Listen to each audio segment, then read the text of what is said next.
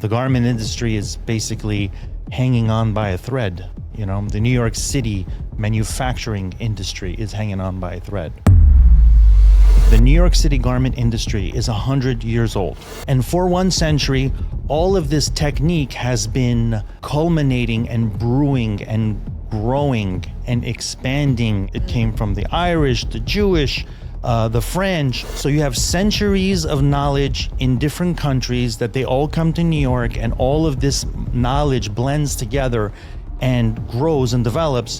What we now call luxury used to be the standard quality. And when did that shift happen and why? What is considered to be luxury today is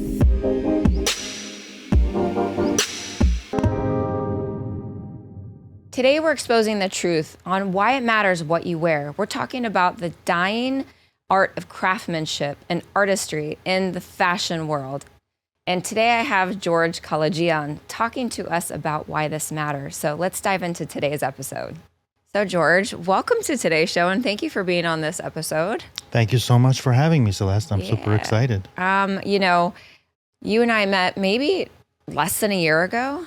Yes. Or was it? No, it was about a year ago. About a year. Okay. About a year. And a good friend of ours connected us because we're both into fashion, but I didn't know what that meant before I talked to you.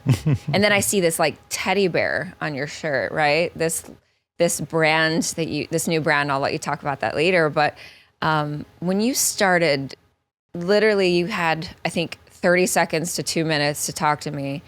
The passion that came out of your voice and the passion that came out with your message, it like slapped me in the face, because I was like, oh my God, there's someone in this industry that thinks and feels the same way I do. Although you have lived this legacy for over 150 years, your family's 5th generation. Yes. To me, I don't embody that. But the fact that our messages matched, I was like, oh, instant connect. I love this man. I love everything that you stand for. So I can't wait to get into a few of these questions that you want really the audience to hear about. So let's get into it. Awesome. Cool. So you literally walked through the garment district since you were a child. What was it like then? And what do you see when you walk through it now? So, yeah, I've been coming since I was a kid, about probably 5 years old. And there was so much hustle and bustle back then. Yeah. Like there were semi trucks parked on both sides of all of the side streets. Wow. You could not see the other side of the street. Okay. I mean, I remember like walking one day on the other side of 35th Street and being like, oh, wow, there's a new restaurant here. And I'd find out it was there for like 2 years, you know, because there were so many trucks coming and going because there was so much product being loaded and unloaded, all going to distribution centers. So that's one. Second thing is 8th Avenue, half of 8th Avenue was trucks and not trucks, hand trucks, push carts going back and forth full of cut material, sewn goods. I mean, it was just a highway of all this product going back and forth. Mm-hmm. 7th Avenue was where all the buyers were to hang out and all the pattern makers. And then 8th Avenue was where all the laborers were going back and forth. So it was like almost like 2 different universes all merging, and there was so much product being made. There was factories everywhere. My father used to say that about 50 years ago, if you threw a rock, you would hit 2 pleaters. Really? There was that many pleaters? There was that many pleaters, yeah. The yellow pages, if I don't know if anyone knows what the yellow pages. I mean, I do. But there would be all these, you know, pleaters in there. I mean, there was everything. There was so many options of everything. Now, it's all basically law firms and advertising agencies and all these random businesses. And, you know, the garment industry is basically hanging on by a thread. You know, the New York City manufacturing industry is hanging on by a thread. Talk to me about why that is. So that is a multifaceted kind of a question, or an answer, I should say. Okay. But the biggest thing I would have to say is overseas production. So everything started to go overseas because of costing. And at one point, this is, I'm talking now like maybe in the 70s, 80s is when things started to go to China. And, or I should say it was probably in the 70s or 80s is when I started to notice that, oh, wow, like some manufacturers deciding to send their shipment, their production to China. Okay. And it was significantly cheaper. Okay. It was so much. So you're like, wow, oh my God, how could that be? Then Chinese contractors started to come to New York. And then the Chinese contractors started to basically fight with overseas companies, with China basically, to drive the price down. They started working 24 hours, never stopping basically the factory, and prices kept on going down and down and down. And for the regular manufacturers, this became a challenge because, it no longer was really about quality. It was more price driven. And hence, this concept of, wow, I can buy a blouse for, $2, $3 or $10 as opposed to spending $100. So, hence the birth of fast fashion and all these other manufacturers, and they were thriving. And it was very tempting in the beginning. It was very tempting because who doesn't want to pay less for something, But now, as we see, the costs, or I should say the side effects of fast fashion have kind of come to the surface. And, there is this desire to make things in America again. But that's also a loaded question as far as like, can it be done, or is it possible for this to occur again? Yeah. You've mentioned that what we now call luxury used to be the standard quality. And when did that shift happen and why? Okay, so let's go back to like the 80s and 90s. Okay. Back then, there were many dress manufacturers or many garment manufacturers that specialized in a particular niche, and they were very good at that particular niche. And there were various qualities. Let's just say there was very cheap quality, there was good quality, and then there was what's considered luxury, okay? And, or you could say / couture. You know what I'm saying? Yeah. Because couture also has a whole other connotation of, it's not, here it's, in this country now, it's described as more of a verb kind of, but it's actually more of a noun. It's a noun. It's a designation of someone. So as a result of things moving overseas, factories start closing, people start retiring, and there is this skill, this craft is basically disappearing. So today, because it's so hard to find people that can actually make good quality, high-end quality clothing, it's very difficult. What is considered to be luxury today is what was just well made 40 or 50 years ago. And this problem got exasperated during COVID, okay? Because during COVID, all these factories shut down for a long time. Yeah. And really, it's the old school people that have the skill, and they all retired, basically. A lot of them, unfortunately, passed away, but a lot of them were like, forget about this. I don't want to go back to work.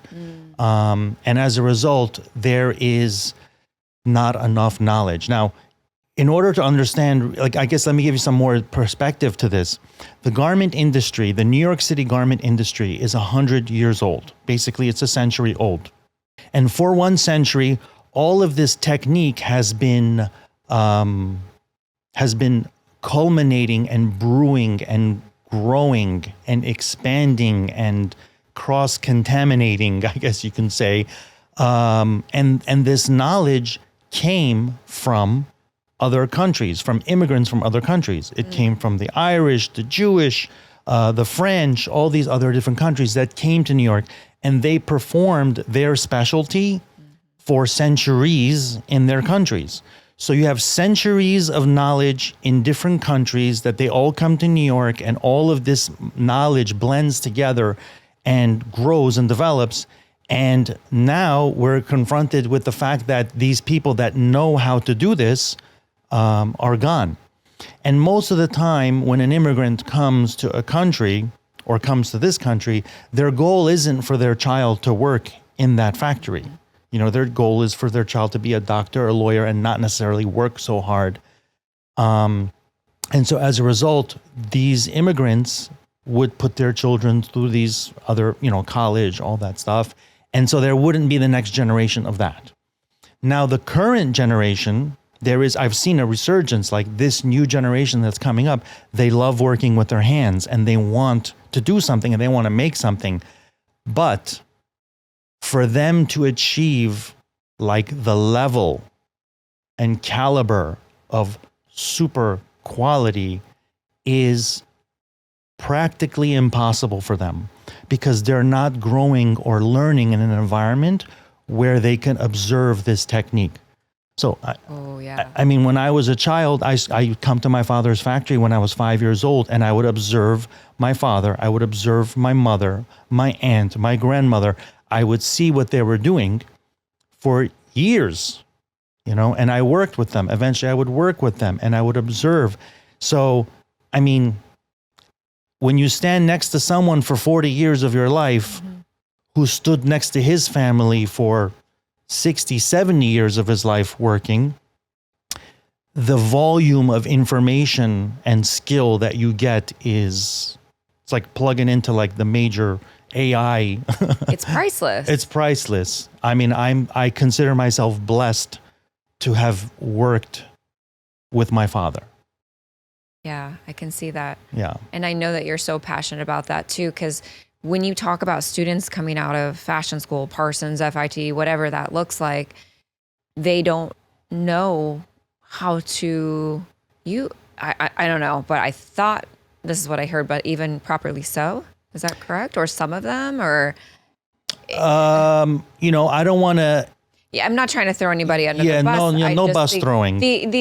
What I'm trying to get at is the quality that they're learning is much different, because maybe it's at a faster pace. Maybe there aren't those people to mentor, to do apprenticeships, right? To continue for them to grow and develop as a designer, an artist, a whatever you want to call them.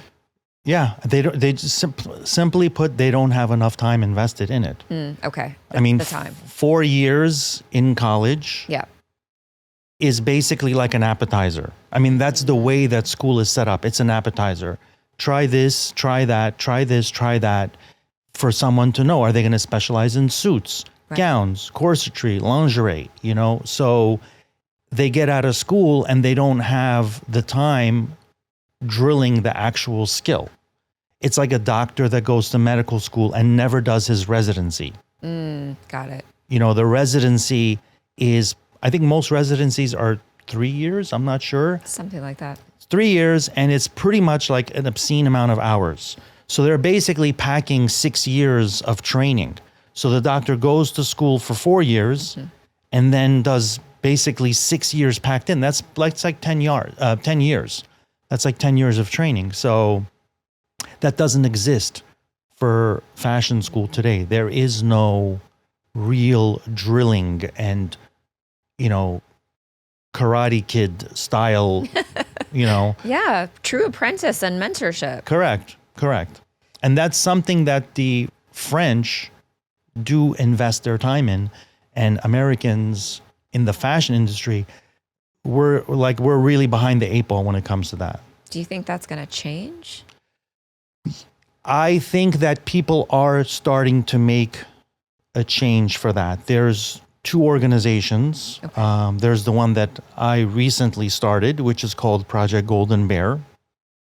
And then there's another organization, a wonderful organization called Closely Crafted. And they are actually helping artisans be able to recruit apprentices and to finance the training of them, so that it's less of a burden on the artisan, because most artisans are small, you know, family businesses, you know. That's awesome. Yeah. So my Project Golden Bear, I just recently got my nonprofit status, my 501(c)(3). Congratulations. Thank you. Felt like it was like giving childbirth.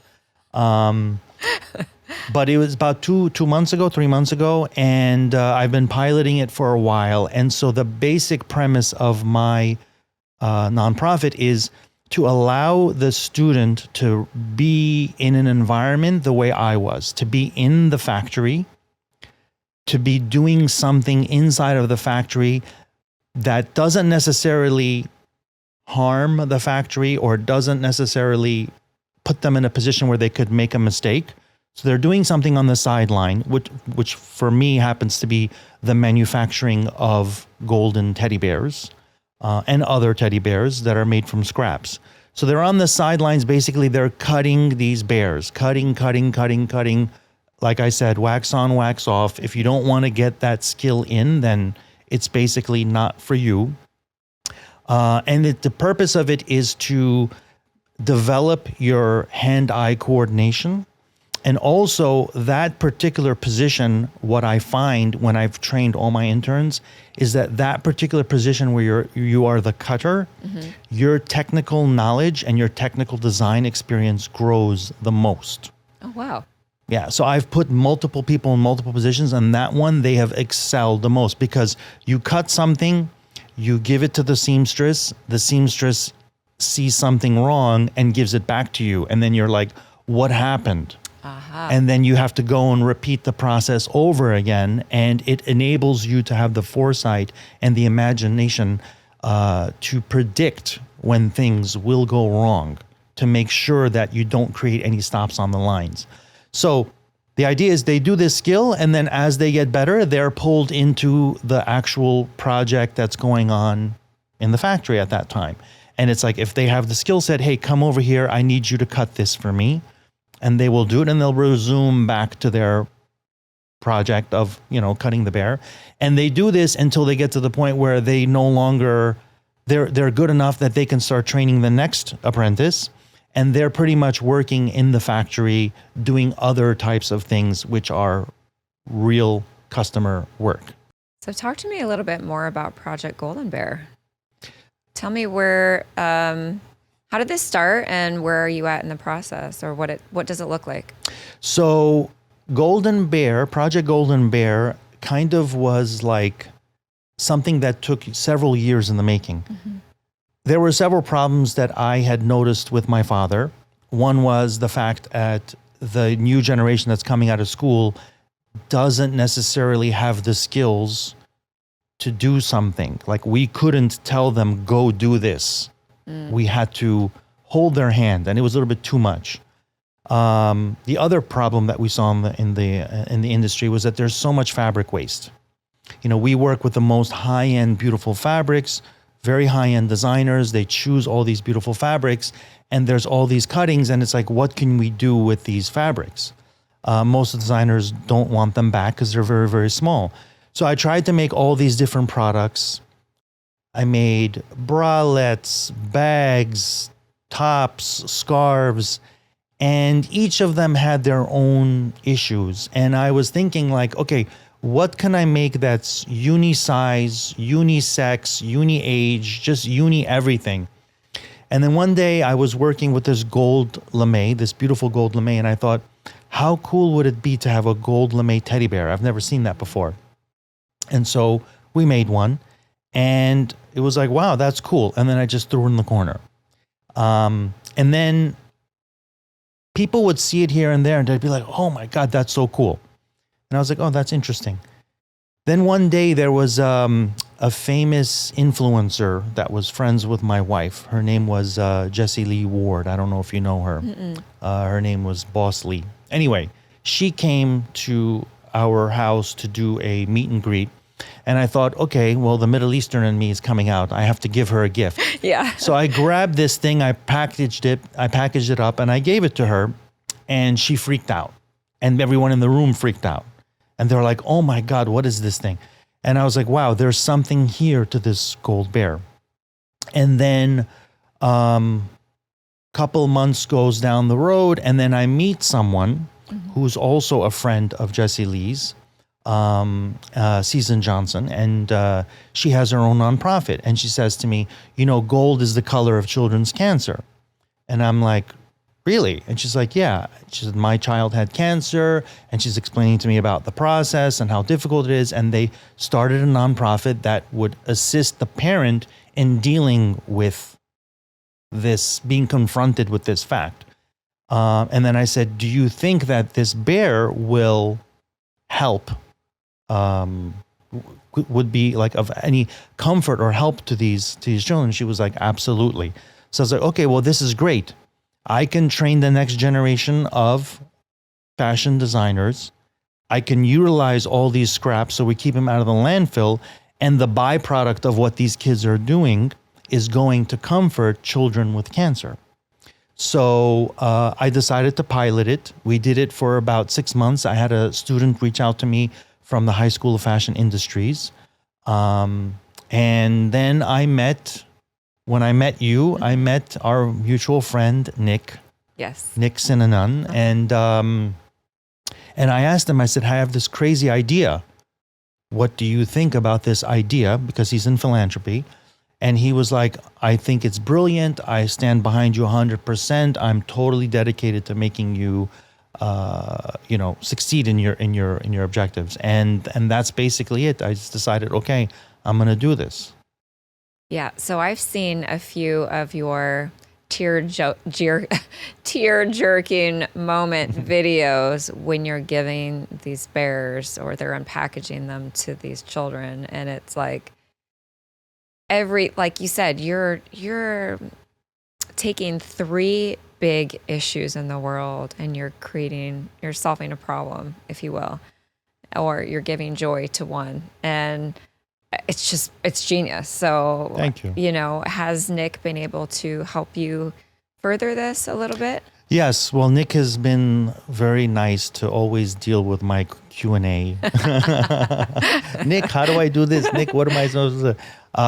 He had me on the Rotary Club one time. I spoke there, and he's just been advising me along the way. Like I said, it's still in its infancy. Yeah. We're just basically preparing to launch it, where we're announcing it really officially, and start looking for our first partner so we can do an event, basically. Yeah.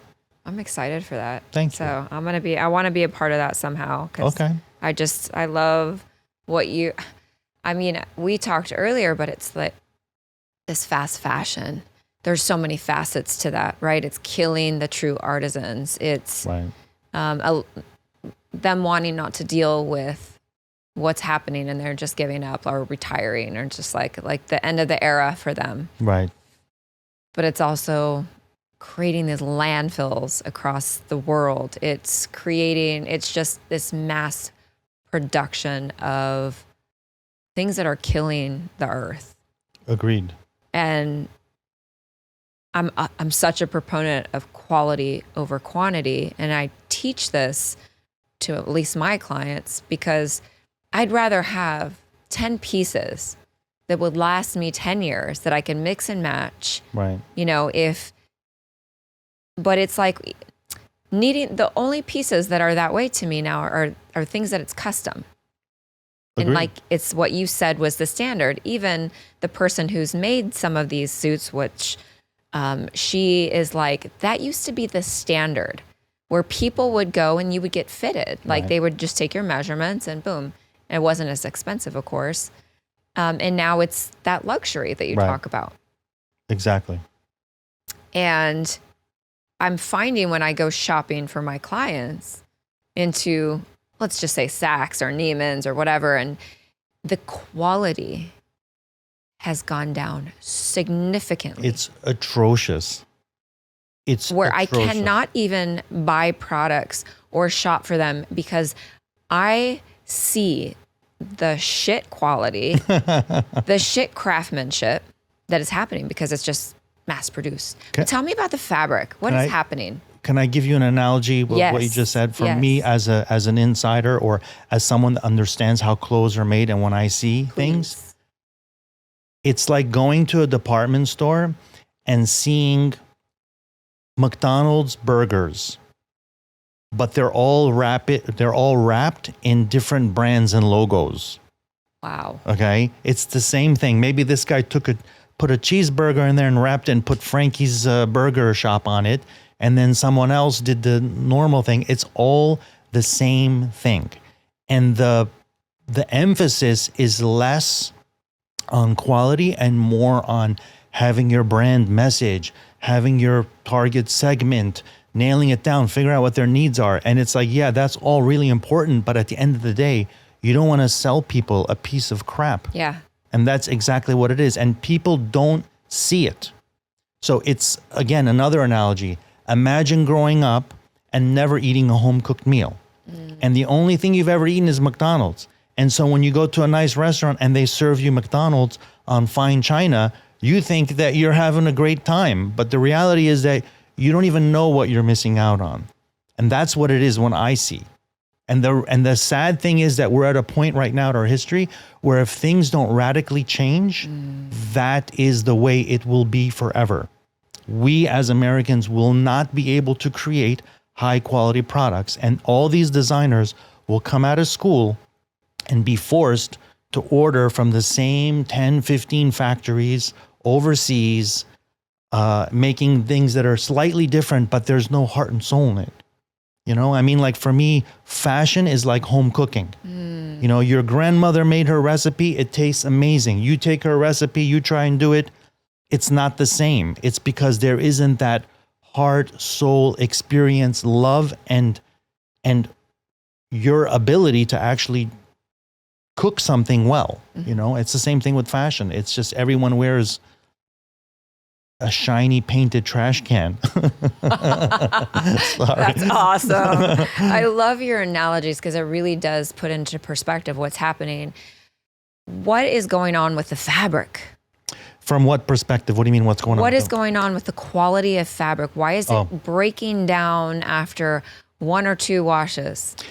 They have mechanized or streamlined the process so much that they have been able to get it to the point where it's like almost nothing. It's almost like, what is that thing called? Planned obsolescence. It's like planned obsolescence with clothing. I remember when we used to buy fabric when I was a kid. Now I'm talking 45 years ago. My father would make contracts with Japan and he'd buy this amazing fabric. And he used to pay back then $3.75 a yard for Japanese fabric. Okay. And that was like the cheapest you can get back then. It wasn't like, it was hard to find something for like $1.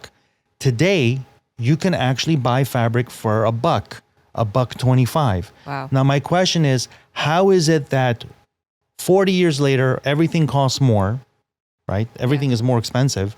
How is it that the cost of fabric has gone down 75%? What do they do to this fabric?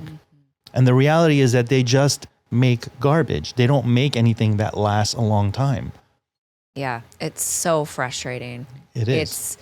And like, what can we do as a society? Well, before I ask you that, like, let's talk about the $1 and the $3. Okay. So, you shared an incredible stat. $1 spent in the US made clothing that generates $3 locally. Correct. Why aren't more people shouting this from the rooftops? Well, I think there's probably two people shouting from the rooftop. Obviously no one else is hearing them. But I got that statistic from like a website of the American Manufacturing United States or USA, whatever. And to be specific, it was for every $1 that you spend for a domestic made product, it contributes an additional $1.73 to the local economy. So it means that if there's $1 in the local economy, it will turn into $2.73, almost $3. And the opposite datum is if you buy something that's imported, your $1 will become 50 cents in the local economy. And so the difference is, this is what I tell people, you have a choice to buy something that's made here or buy something that's imported. The difference in your choice affects the economy by 500%. Wow. Exactly. So it's a huge impact that people have. Now, I think that most people are kind of like, they don't really understand what's the meaning of this. Like, okay, Yeah. that's a nice stat. But what does it have to do with me? Right. And I usually tell people this. LVMH, I think, sells 100 billion a year. It's insane. Yeah, 100 billion. That's just one of the guys, right? Yeah. The other guy, the other French guy, I forgot. He has like the other 70%. Francois. Yeah, exactly. I can't say his last name. So I usually tell people, imagine this analogy. New York Harbor, there's a ship, and there's all these henchmen, and we're all loading cash on this ship, on all these ships. And half the ships we're sending to China and other foreign countries, and the other half of the ships we're sending it to Bernard Arnault. So it's like, why is it, like, this is my real question. Why is it that as Americans, we feel like a particular product won't sell for that much? Like, you can't sell a sweatshirt for, I don't know, let's just say $300, $400, whatever it may be for you. You can't sell it. So you have to go and send it overseas so that you can sell it for whatever, $100, $50, whatever it may be. Why is it that as Americans, this is our viewpoint, but the Europeans just raise the price? And Americans will spend $5,000 for a pair of shoes, $20,000 for a handbag. You know what I mean? Why is that? Now, I'm not saying there's anything wrong with the French making amazing product, but I'm saying, why is it that we don't value that for ourselves? Why don't we value our American? Why isn't there an American brand? I ask people to rattle off the best labels that they heard of, things that they salivate over, and it's all European brands that they, Yep. I think there was something about being American that was always a little cheap. So whether it was the cars, whether it was our fast food, right? It was the food. It was just American. When you hear that as other cultures too, it's like, oh, the quality is not that good. Right.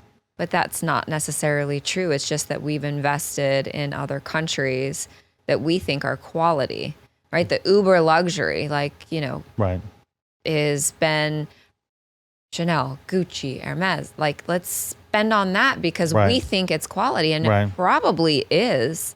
But why can't we make anything quality here? And again, like, throw a brand on instead of, I don't know. Yeah. I want to share something with you. Please do. When we think of luxury fashion, obviously, first on the list is probably France. Second is Italy, right? Do you know that, I think it was Louis the 14th. I was considered, what was he called? The Sun King? I think the Sun King. Okay. Back then in the 1400s, 1500s, I'm not a historian, so don't take me literally. But basically, back then, the fashion capital of the world was Portugal. Portugal or Spain? Portugal or Spain was the fashion capital of the world, not France. Louis intentionally decided that he is going to make France couture, and he put all of his time and money and effort into developing that. He was actually one of the first venture capitalists, actually. He's the one who turned Lyon into the textile capital of the world. He's the one who developed it. Yeah. And he brought the silkworms from China, whatever, and he turned it into what it is today. It was a very conscious decision that he made his court, like, he is considered to be the one who developed basically haute couture. Wow. And he made his court dress in a wide array of rules when they came to court. And a lot of people said that the court, many of them basically went bankrupt trying to keep up with these rules of dressing. And some people even said that it was intentional, like he wanted to like have that power. But my point is, the central thesis here is this, is that France didn't just one day realize, oh shit, we're really good at what we do. Yeah. They actually work towards it. And that's something that we should do. Wow. I 100% agree. I love our conversations. I love your passion, your vision, your goals. Is there anything that you would like to tell the audience here that we didn't cover today? Well, one of my projects I'm working on is to relaunch the family brand, Pierre Labiche, which is the brand that my father created in the late 70s. And hopefully in the next month or two, I will do that. I will do that. Congratulations. Thank I'm you. excited to see what's next for you. And I'm always following you and giving you support too. So I know that. thank you for being on the show today. It was Thank a you. pleasure. It's always a pleasure to see you. Thank you very much, Celeste. Yeah. I'm super happy. Sorry, where can people find you before I forget? Well, my social handle is International Pleating, at International Pleating. A website is at International Pleating. Okay. So, and if they want to email me directly, if they just email info@International Pleating, Okay. and just put in their attention George, or I must speak to George, Okay. then they can get me. All right. Perfect. Awesome. Thank you. Thank you very much. Yeah.